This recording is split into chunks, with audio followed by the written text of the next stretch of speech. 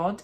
But I also believe that they're using climate change to cover up what God's going to do. So when they talk about certain things happening in terms of like earthquakes and all these type of storms and all these weather changes, a lot of that is biblical prophecy, and I think they're using climate change to cover that up so people don't start to question it's coming from something else, because people always need an answer. The last thing they want people doing is questioning.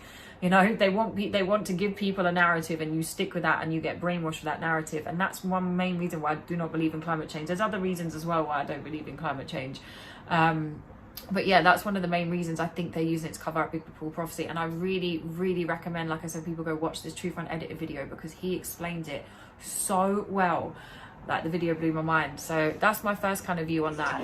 How do we create a more sustainable future for people and the planet? We know we must, and we know the time to act is now. We must go faster and further than ever before. To bring countries of the world together to raise ambition and meet this moment. That's the only way for the world to succeed together. This is how we solve the climate crisis. And what will be the sign of your coming and of the end of the age? And Yeshua answered and said to them, take heed that no one deceives you.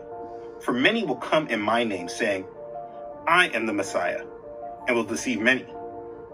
And you will hear of wars and rumors of war. See that you are not troubled. For all these things must come to pass, but the end is not yet. For nation will rise against nation, and kingdom against kingdom, and there will be famines, pestilences, and earthquakes in various places. All these are the beginning of birth pains. Matthew chapter 24, verses 3 through 8. So the first thing you must understand is that what we are seeing is not evidence of climate change.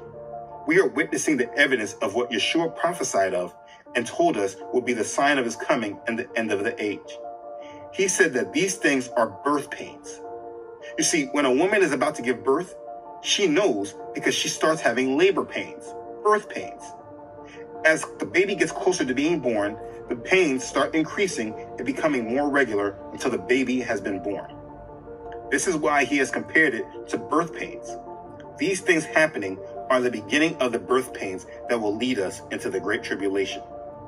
If you were to look at things from this perspective, it would help you to not be deceived into believing them as they try to tell us that this is all be happening because of man, because of science. From understanding we are witnessing the birth pains, it would allow us to understand the world from the right point of view. But the birth pains are not the real agenda of climate change.